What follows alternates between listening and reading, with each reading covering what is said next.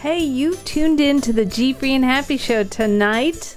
My special guest, the rock star, Jackie Hourman, who is a professional chef. But not only a professional chef, she has celiac disease. And she went through, her little boys are there on the screen. She went through a whole culinary school and everything, and we'll be talking to her in just a few minutes.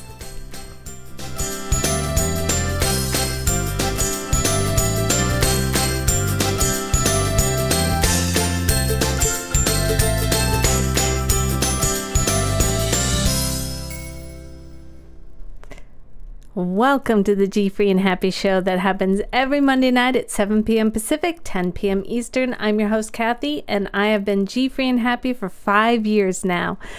Tonight, I have a fun guest, and I am such a fan of chefs because they make our lives fun and exciting in the kitchen. So, I have Jackie Hourman, and then that's JackieHourman.com. I want you guys to all check it out. Follow her. We're going to talk about her Pinterest page, her website, her recipes, what inspired her to be a chef. She actually went to school and did the whole thing and has celiac disease, gluten-free. Amazing story. We'll be talking to her in just a few minutes. But first, what number are we on? 56 is brought to you by Oval Eye TV. And Oval Eye TV believes in building community through shared experiences. We produce professional live webcasts that bring tribes together. Visit ovaleye.tv today. So let's bring on Jackie. Hello, Jackie. Hi, how are you? I'm so good. I'm so excited. I realize I don't have your website up here in the background. Look at those cookies. So Jackie, thank you again for staying up late because my show's on at 7 Pacific, 10 Eastern, and she's on the East Coast. So thanks again. And why don't you tell us a little bit about yourself? Sure. I am, as you said, my biggest job is I'm a mom to 3 amazing young boys. Also a chef. I recently graduated from culinary school and completed my internship at Bon Appetit magazine in their test kitchen. And I am an advocate for food allergies and celiac disease, in addition to being a chef. I write the blog JackieHourman.com, Celiac and Allergy Friendly Epicurean. And you were inspired by those 3 little boys. Now let's talk about those 3 little boys and how you all were tested, because this is a big deal to me. I was never tested, and when I hear about that people found out they're celiac and they were tested, and these poor little boys, you have some boys that, exactly which ones? There's a tall one, a middle one, and a baby one. Which ones are celiac? So it's a bigger picture for us than celiac disease, actually. Really? Tell us about it. Yeah, my oldest son, when he was 2 years old, was diagnosed with life-threatening food allergies to peanuts, tree nuts, and sesame. And that was a very overwhelming diagnosis. At the time, I never had known anyone with food allergies. I didn't know anything about it. We kind of learned to wrap our arms around the issue. And then when my second son was born and we found out he had the same allergies. Oh my goodness. It was manageable because we had been doing it with my older son. It wasn't until my second son, between 3 and 4 years old, had growth issues and, was lethargic and had a lot of different types of concerns going on that we were advised by someone. A friend of mine said, you should test him for celiac. So we did, and he came back positive. And so to say that I was overwhelmed at that point between the food allergies and celiac would be a definite understatement. I had just figured out how to manage without all those other ingredients, and then all of a sudden gluten became the issue. I think I remember when my oldest had peanut, tree nut, and sesame allergies, I said, well, at least we're not one of those wheat people. And here we are. We're those wheat people and everything else. And what age were you that you found out that they were allergic to the nuts? I mean, because that's scary in itself right there. Yeah, it was. My oldest, when he was 2, he had his a life-threatening food allergy reaction to eating a peanut butter chocolate chip cookie. So that's how we found out. It was pretty scary. Oh my goodness. But so the interesting thing is, after Jeremy was diagnosed, I had started to eliminate gluten from our household, but I was still eating it on the side from time to time. And it was about 2 months later that I just got so sick and then started going to doctors and never made the connection that it could be celiac for whatever reason. And was, I'm dying. I told my husband there's something seriously wrong with me. I was can't eat. Yeah, and then finally they found out that I had celiac as well, and my mom does too. Oh, really? So we got diagnosed through my son. Your mom did too? Undiagnosed until after I was, yeah. I don't understand how this whole link happens, that people in families like this, I hear it all the time, are diagnosed. Okay, so now you're cooking for a mixture of family because you have 3 kids and 2 of them are celiac and only 2 of them have the tree nuts too. The third one doesn't have anything? So the third one doesn't have anything that we know of, thankfully. My oldest just has the peanut, tree nut, sesame, and my son and I have the gluten. So we are kind of all mixed bag of restrictions. And we just showed a picture of you and your husband, and your husband can eat gluten. He and can has eat no everything. allergies. Yeah. What a mixture, and fun to cook. Okay, so this kind of inspired you to cook in fun ways, to kind of make things fun for your kids and your husband, because he has to eat, gluten-free stuff now. Now, well, I mean, I had always loved to cook, but once all these diagnoses, I started to instead of love food, fear it. And then that was not an option. I wanted to regain my love for food and really just help my children learn to love food too. I just didn't want all these negative associations with it. That is a good point, because you fear food because it'll hurt you or whatever, and I love that. That's very nice. All right, so you started looking at, since you already cooked and you had a love for it, how did the whole school come into to evolve into what you're doing? So originally my idea that I pitched to my husband was Don't we all pitch things to our husband? I pitched to my husband, I really need to go to culinary school. It was to become more allergy aware, to help restaurants become more allergy aware, and to learn everything I could about the industry. So I initially started with culinary management, the program at ICE. I didn't start with the culinary arts program. I started with the culinary management program.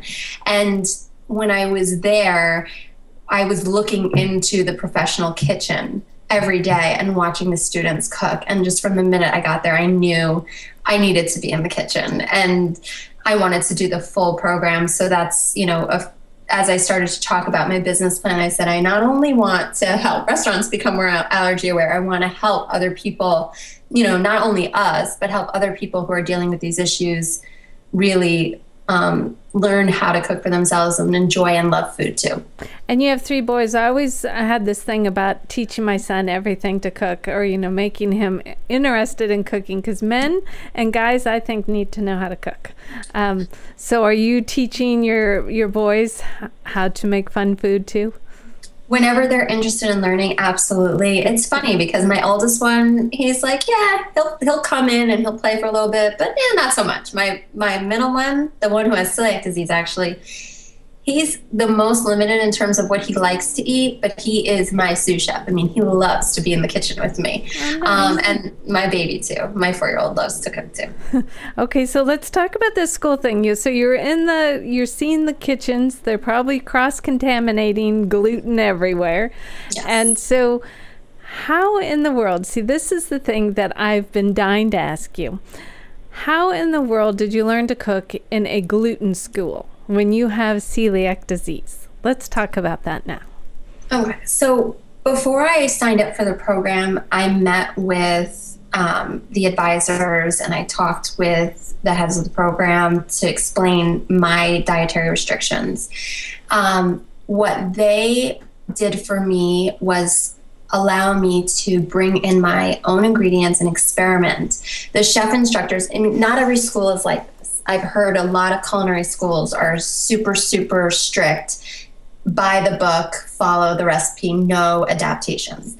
But in my school, they allowed me to bring in my homemade gluten-free flour blend, my breadcrumbs, my tamari, and where it was possible to make adjustments to the recipes, I did. And not only were the chef instructors great about it, but we worked in table-sized teams a lot, and my classmates were amazing. So I would worry that people would feel frustrated that they couldn't do the curriculum the way it was intended to be. But I found that the people that I was working with in my class were always so interested and excited to learn an alternative way to make everything. So where I could substitute, I did. And where I couldn't, like in the pastry module or when we were making homemade pasta, I just used learning the gluten full method as a way to get comfortable and understand what the product was supposed to look like and feel like, so that when I actually went and made my own version at home, I had a better understanding of how it would, interact or how it should look. Did you have to wear gloves and things like that when you were doing this, or you were fine? I wore gloves a lot when I worked with the dough and, and flour, but I didn't always. I washed my hands. I don't know of, reactions for gluten, for celiac, not for wheat allergy, but for celiac. I don't know of like touching reactions. I only know of reactions to ingesting. I'm sure I was inhaling a ton of flour and it wasn't great for me.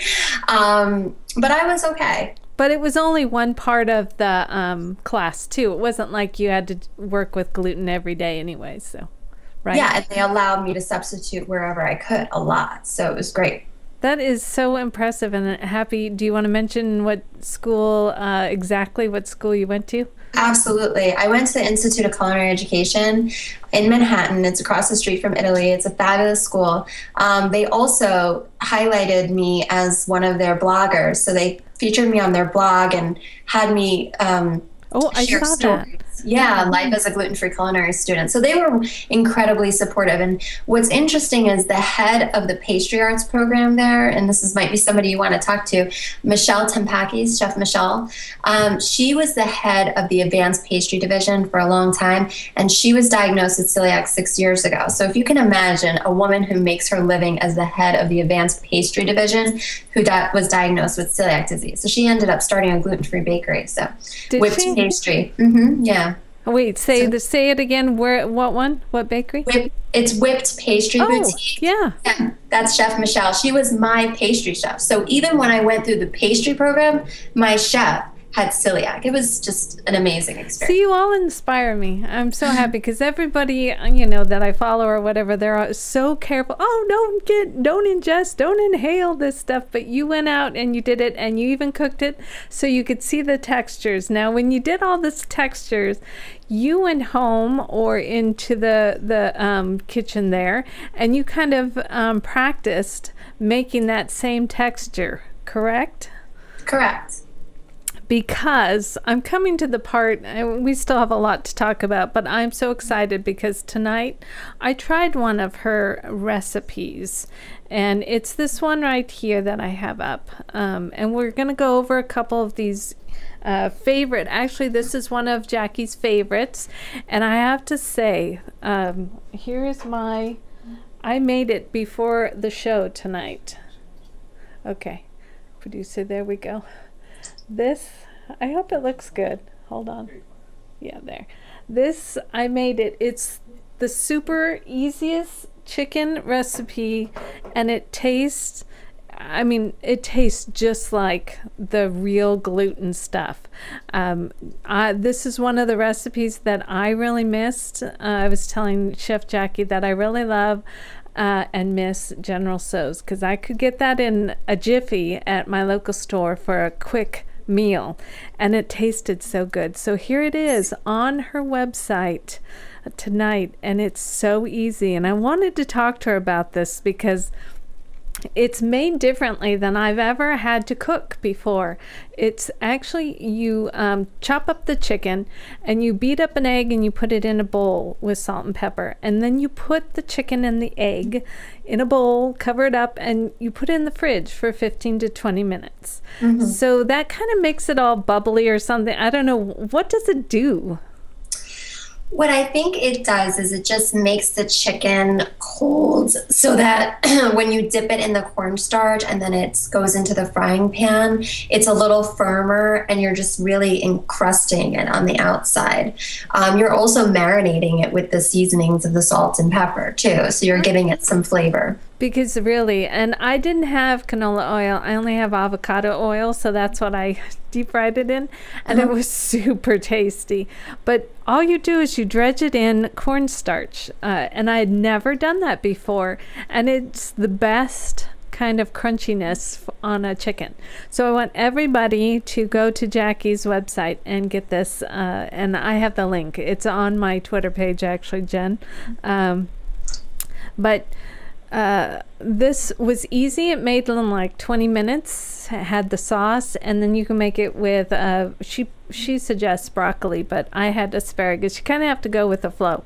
But Exactly. yeah, and then we had some rice too with it, but you don't really need rice. It's very filling and yummy. So these are the things that Jackie does. She tries these fun things. Like here's another one.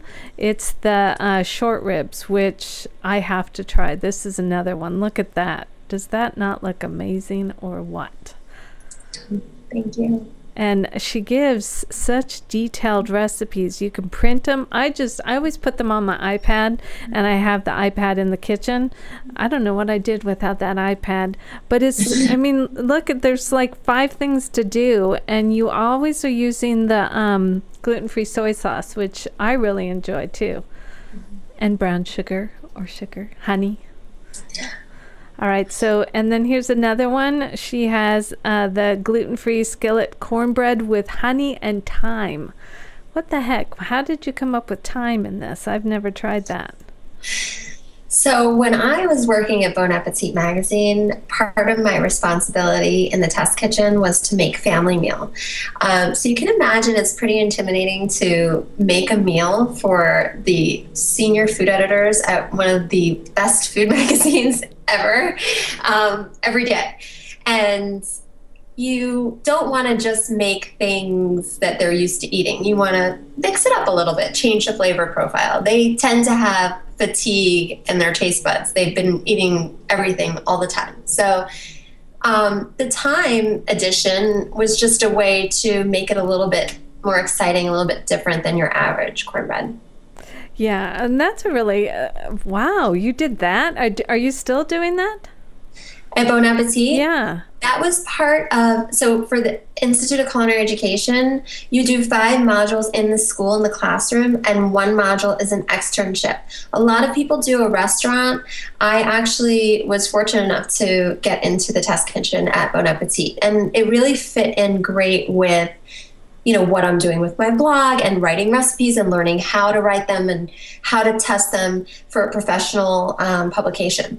So I was really excited to get that opportunity. And yeah, it was great. I finished the beginning of December, and then I graduated from the program. So you're all done? I'm all done. All right, so then let me go over a couple more recipes, and then I have more to talk to you about. Okay, so here's the next one. It's the farmer's market salad and burrata. Is that how you say it? Yes. Burrata with arugula and heirloom tomatoes with peaches and prosciutto. Hello, yum. Look at how pretty it is too. So do you do food photography too? I'm learning as I go. I bought a special, a DSLR camera when I started my blog. And, that's really kind of the next phase of what I need to focus on in order to take things to the next level, I think. But the burrata salad is delicious, and it's so simple, and, just farmers market ingredients, throw them together. You don't really have to do much, but just enjoy them in their like fresh glory. Really good. Yeah, it looked like it. Yesenia has a question for you. Would the egg and the cornstarch technique work for other things like fish and chips? Absolutely. Yes. That's another thing that I've missed. But I won't do all the flour. I don't have a technique with flour like you do.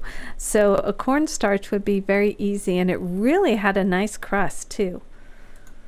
Okay, so I showed, look at this last one, everybody here. This one is eclairs, gluten-free eclairs. That looks amazing.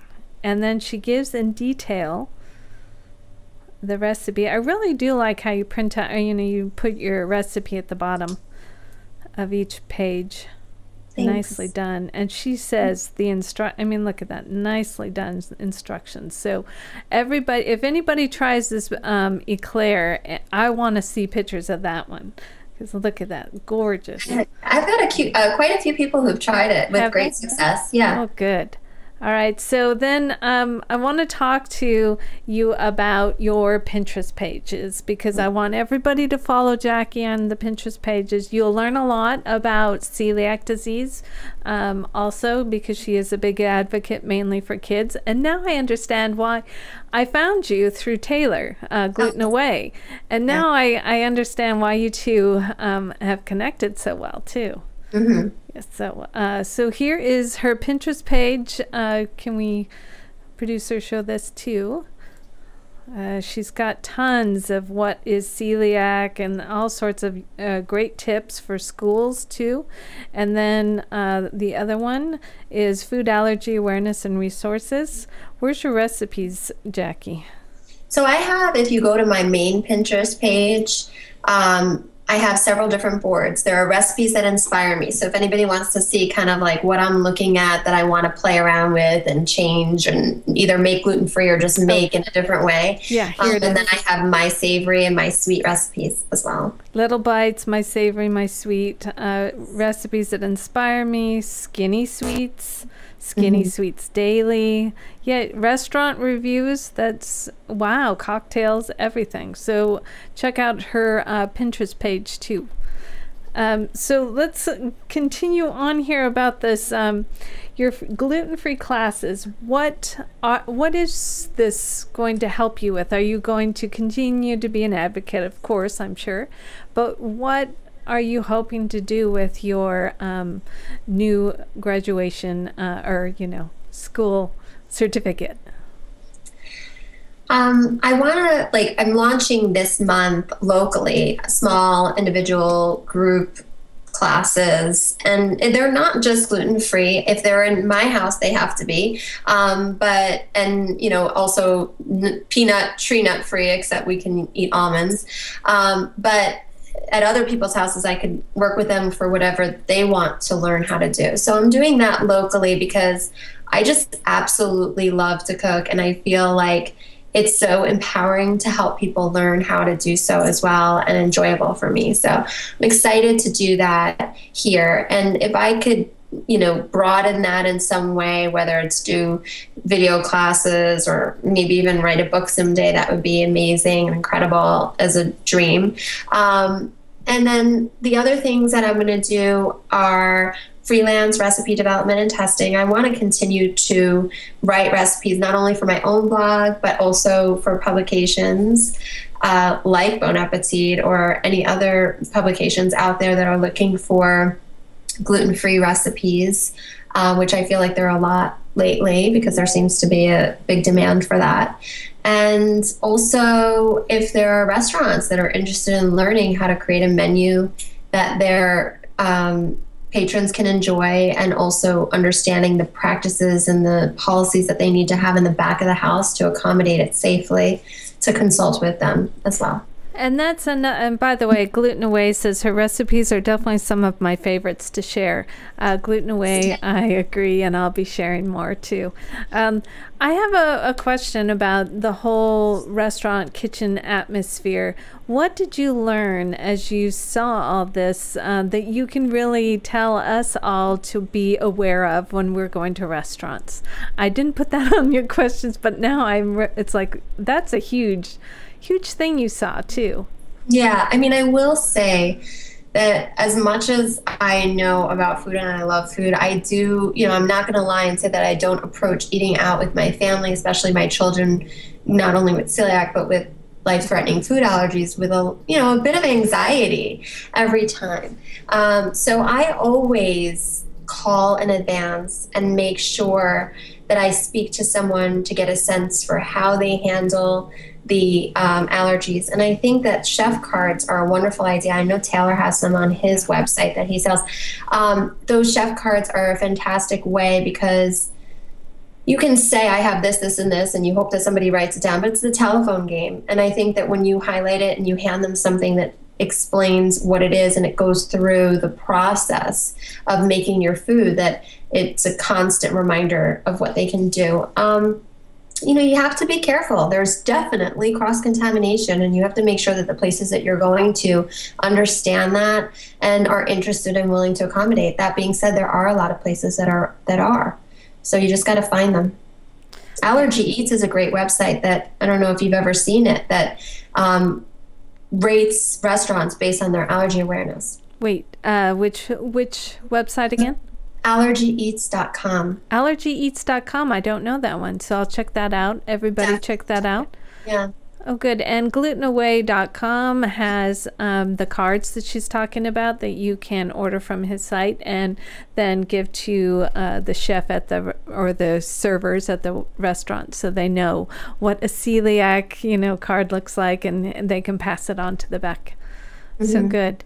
And what are you up to in the next? What can we look for? Talk about your website, your Facebook, Pinterest. You're on Instagram. Yes. Really, do you have any events coming up?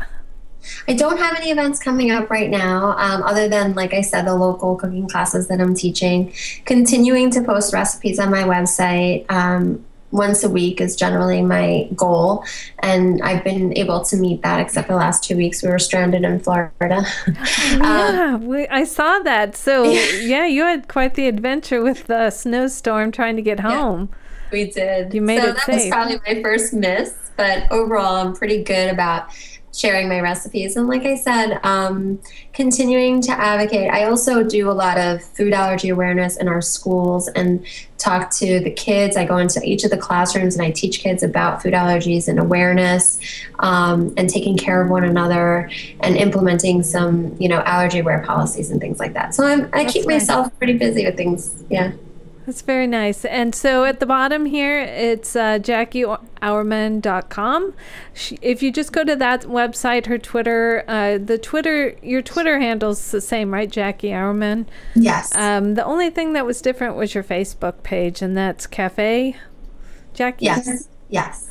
And then get on her Instagram, get on the Pinterest, and start making some of these recipes. I was really having fun in the kitchen tonight, just with the new techniques and the new flavor and the textures. So I'll be doing more of your recipes, and I'm going to have Jackie back because I want more recipes and more fun talk about food. And one more time, hold on. I'm going to eat the rest of this too tonight. My General Tso's. It's so yummy. So everybody try her recipes. And Jackie, thank you again for being a guest tonight. Thank you so much for having me. I really appreciate it. So my mouth is watering. I'm really hungry again. I thought I was full, but I can eat the rest of this. So until next week, this is Kathy with GFreeandHappy.com, and I will see you then. Have a great G-Free and Happy week.